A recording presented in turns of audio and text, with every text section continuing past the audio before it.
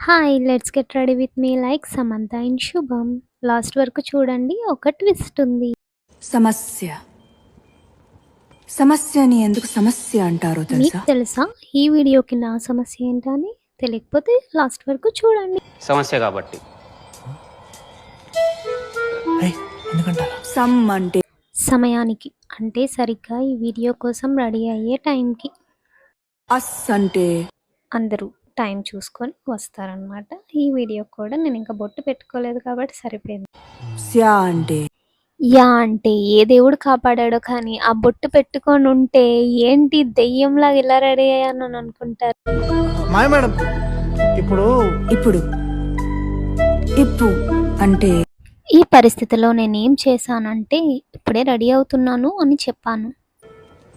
ఉడు అంటే you do it అని అనుకొని ఇలా ఒక స్నాప్ తీసుకున్నా.